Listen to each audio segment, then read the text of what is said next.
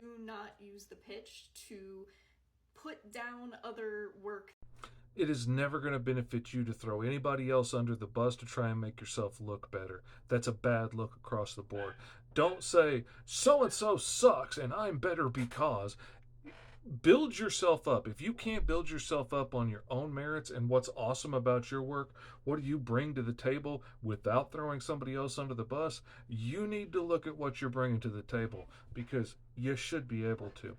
It's just a bad look across the board. You don't know if the artist that you're throwing under the bus could be the editor that you're talking to's best friend. Maybe he doesn't have the most stylish, glamorous artwork in the world, but he can hit deadlines like a son of a gun, and you know you can call him in a pinch. Like, don't do it. It's a bad look. But if you want to hear a story about one time somebody did it and it was really stupid and embarrassing, sit down and let your Uncle Fishy tell you a story about Little Fishy. Okay, this was way back in the day when a brand new little independent comic came out, black and white, on newsprint, about these crazy mutated turtles, and they were ninjas, and they were teenagers, and they were awesome. This was long before the cartoon came out. This was before it swept the nation.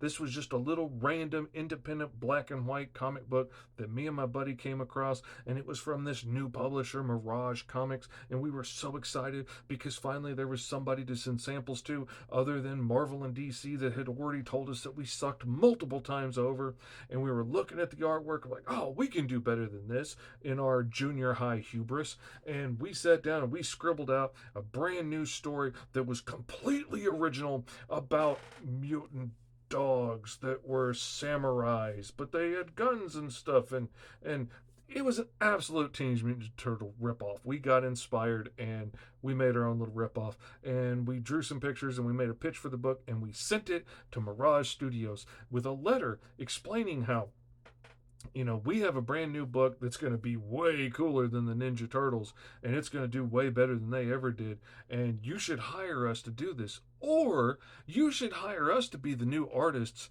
on the Ninja Turtles, because we're way better than those two sucky dudes, Eastman and Laird, that you have doing a crappy job on the Ninja Turtles right now. They're doing okay, but we could do way better if you'd hire us.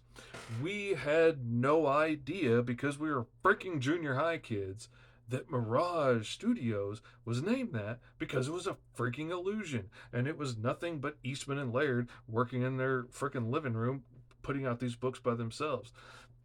I have not spent a day that I have not cringed and laughed at the fact that we sent a letter to these two guys telling them how much they sucked and how much better our objectively crappy junior high art was. I still wonder to this day if they remember even getting that letter. They probably got a ton of fan letters and stuff back then. They may not have even opened it. They may not have ever seen it. But I laugh every time I see it. Every time I see Eastman walk by at a freaking comic book convention, I laugh and I want to stop and ask him, but he's always busy doing something else and I don't.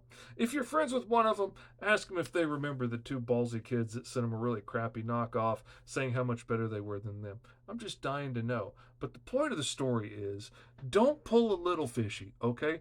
Don't act like I did when I was an ignorant, stupid junior high kid. You don't want to come off that way. Sell yourself on your own merits. What makes your stuff awesome? You don't have to throw anybody else under the bus to make yourself look good. And remember, no matter what, your Uncle Fishy loves you, and I'm rooting for you, baby.